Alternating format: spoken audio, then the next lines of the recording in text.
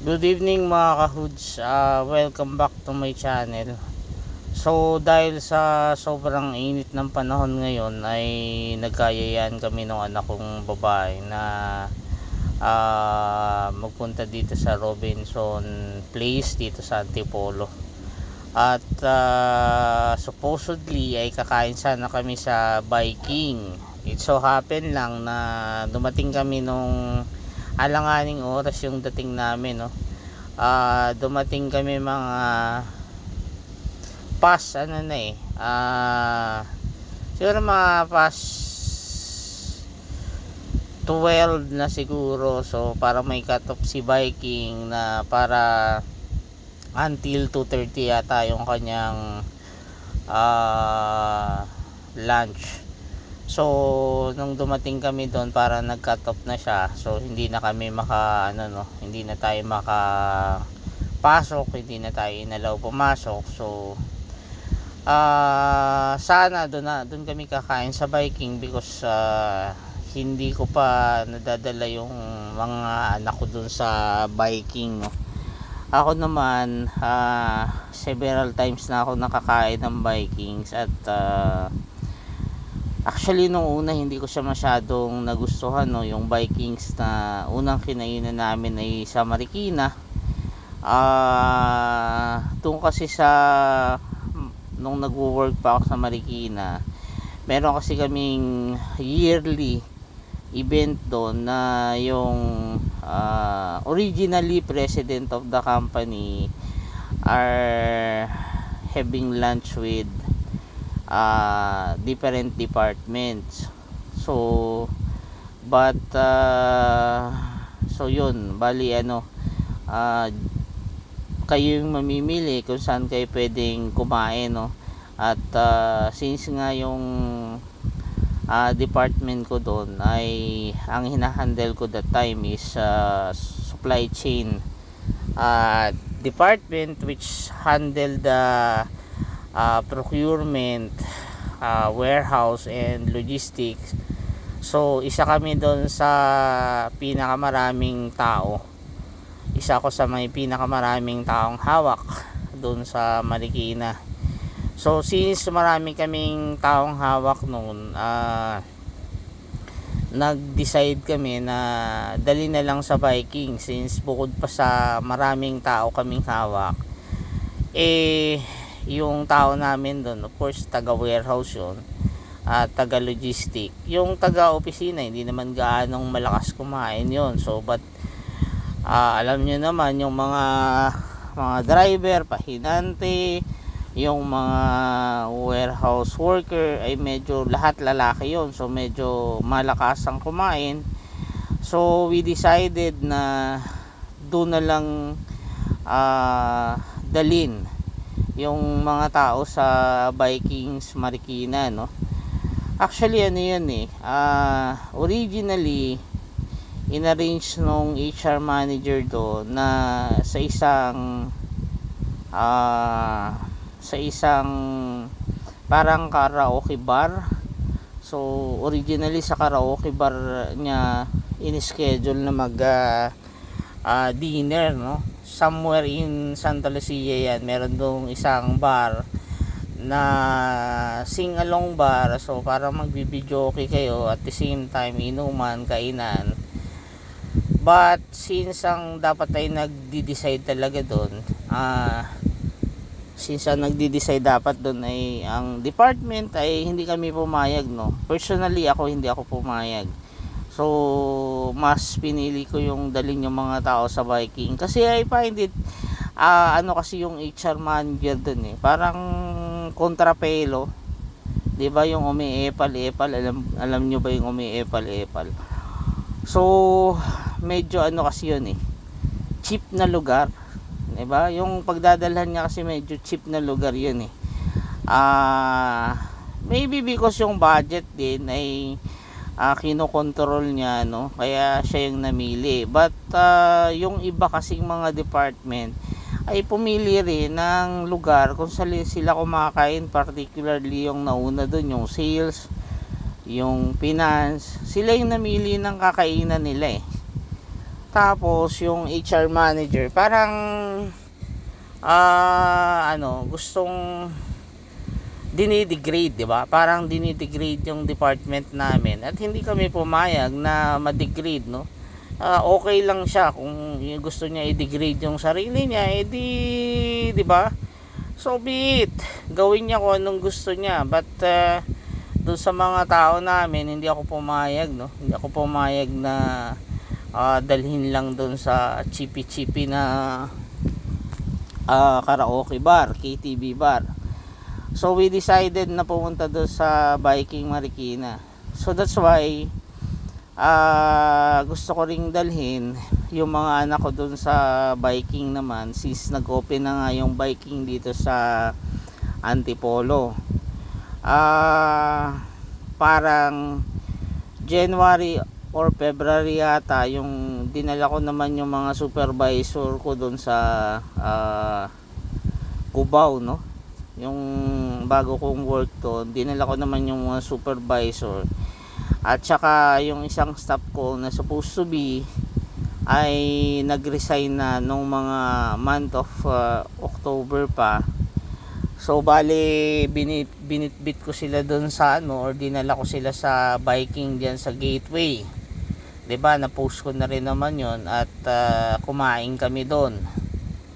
At yun yung decision ko. That's why since medyo mainit, alam niyo naman mainit ngayon ang klima, inaya ko yung anak kong babae kasi originally kasi ang balak namin sana ay mag road trip, no? Mag road trip papuntang Infanta Quezon dahil marami dong medyo bagong mga spot na pwedeng pagliguan kasi nga sobrang init, no? Kaya lang yung anak kong lalaki kasi dalawang araw ko nang hinihilot na samahan kami para siya yung mag-drive papunta doon. Medyo mukhang ayaw sumama kaya today sana ay pupunta kami ng Infanta nga, since nga hindi natuloy at hindi gumising ng maaga, no? Kasi supposed to be alis kami ng mga 3 or 4 AM in the morning para pag sikat ng araw ay nandun na kami sa Infanta Quezon. So hindi kami natuloy at dahil sa inis ko nga, sabi ko doon sa anak kong babae, halika, akyat na lang tayo doon sa taas at kumain tayo sa Vikings. 'Di ba? Hindi ko sinama nga yung anak kong lalaki because nga nabubuisit ako, 'di ba? So yun nga, pagdating namin ng Vikings, hindi naman maraming tao, tapos hindi kami umabot sa cut-off. So kailangan naming maghantay ng gabi para sa dinner. Pero medyo since maaga kami dumating, sabi ko doon sa anak kong babae, instead na hantayin natin yung hapunan, kumain na lang kami sa iba. So naghanap kami, umikot-ikot kami dyan, humanap kami ng pwedeng makainan. So ang unang pinuntahan namin ay yung Italianis, no? So kaya lang nung dating din namin sa Italianis, sobrang haba rin ng pila, pang 6 yata kami doon sa pila. Kaya lang sobrang tagal kasi ng pila doon sa Italianis, sobrang tagal din magtawag ng tao. At nakaupo kami siguro mga 30 minutes kami nakaupo doon sa waiting area. Tapos since nagugutom na rin ako dahil wala pa akong lunch, ay sabi ko doon sa anak kong babae, mag-transfer na lang tayo sa ibang kainan. So nakita ko yung Miguel basta may ganun, parang I think parang siguro sister company yun nung Miguel and Maria, na sikat na kainan dyan sa Marikina, no? Yung masarap yung baby back ribs nila doon, at saka yung mga salad, tapos meron sila dong mga aside pang baby back ribs, meron sila dong parang platter ng different meats, including yung mga steak. Parang steak yun at saka baby back ribs na magkakasama. So may nakita kami dyan sa kabubukas din lang sa Robinson Antipolo Place. Robinson Place Antipolo pala.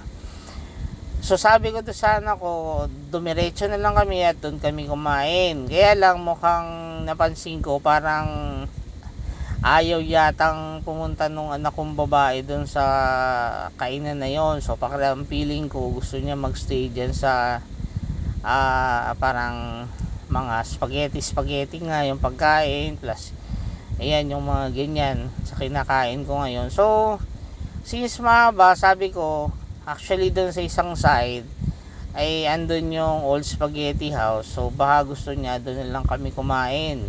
So that's why ang ending, napunta nga kami dyan sa Old Spaghetti House, so kung saan kami kumain dyan.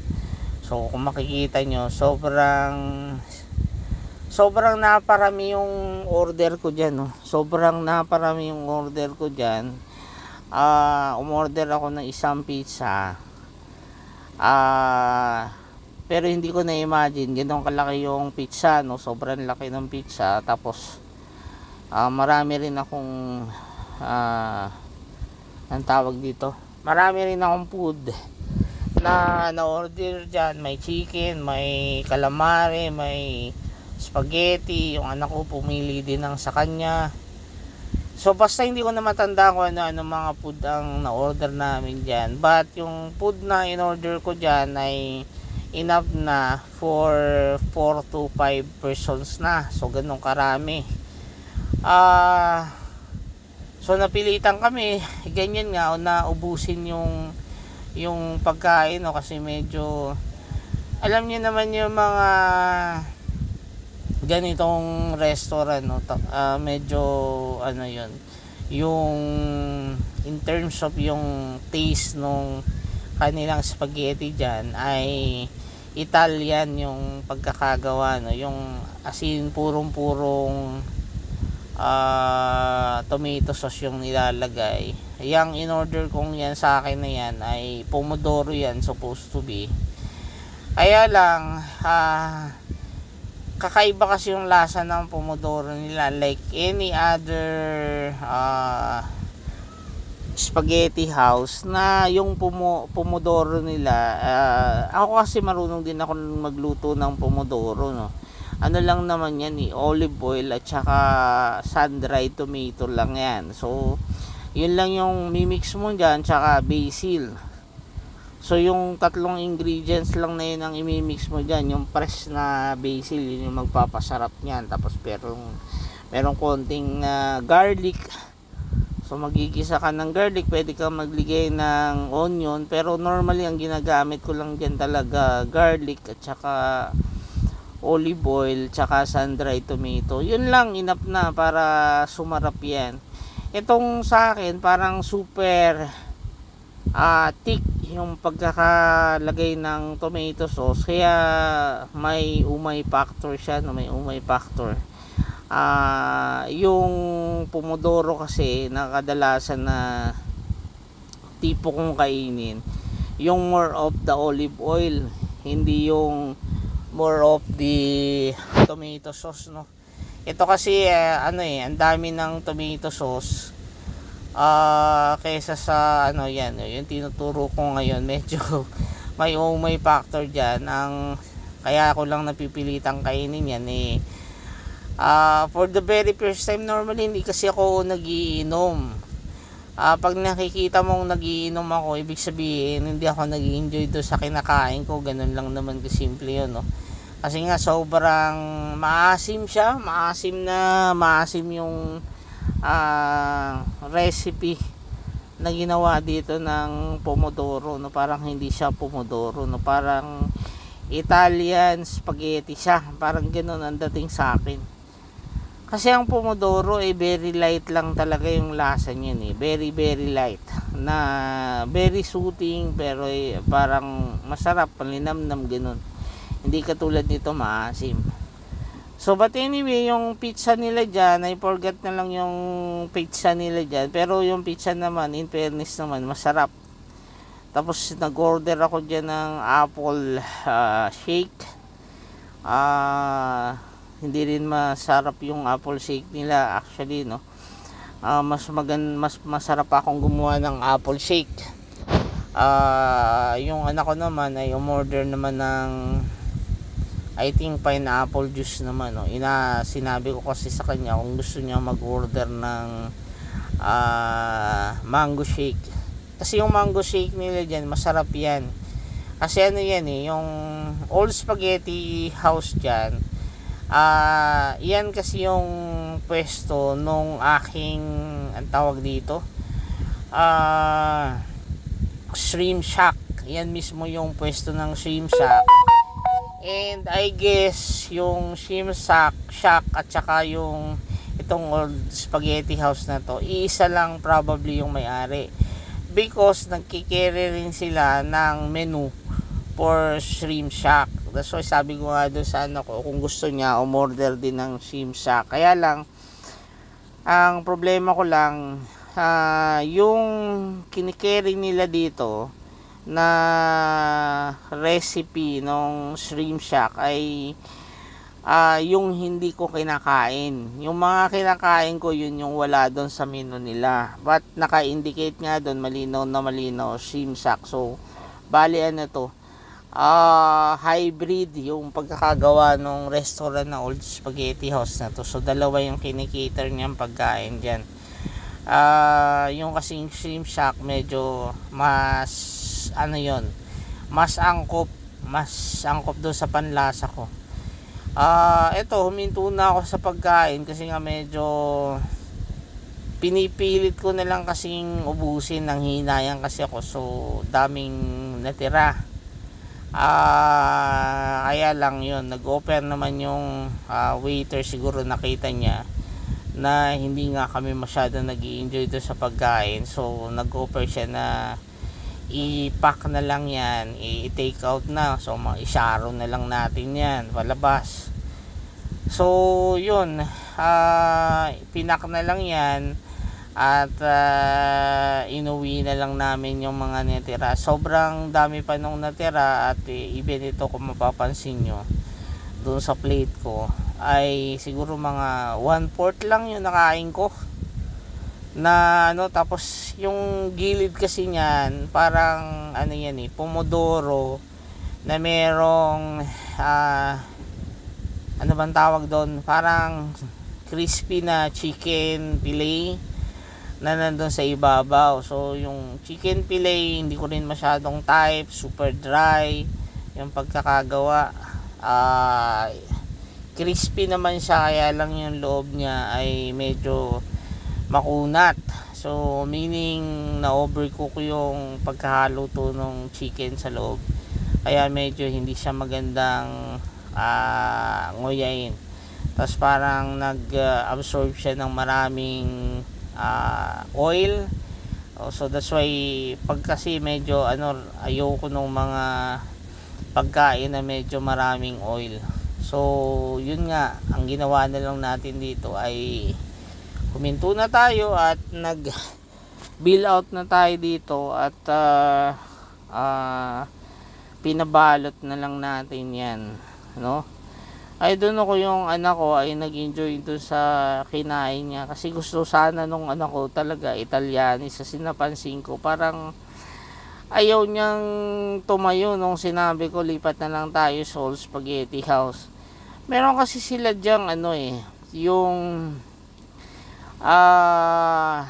tawag dito, garlic something na wala sa menu, no. Yung Thai garlic something na recipe ng isang spaghetti, na yun yung isa sa pinaka masarap dyan sa Old Spaghetti House, pero wala sa menu nila. I don't know kung bakit wala, no, bakit hindi natin nakita. And maybe kasi talaga, parang pumili lang sila ng mga items na kanilang luluto, i-present sa mga So nagbayad na ako dyan at uuwi na rin kami. So yun lang muna at magandang gabi sa inyong lahat at hanggang sa muli. So thank you.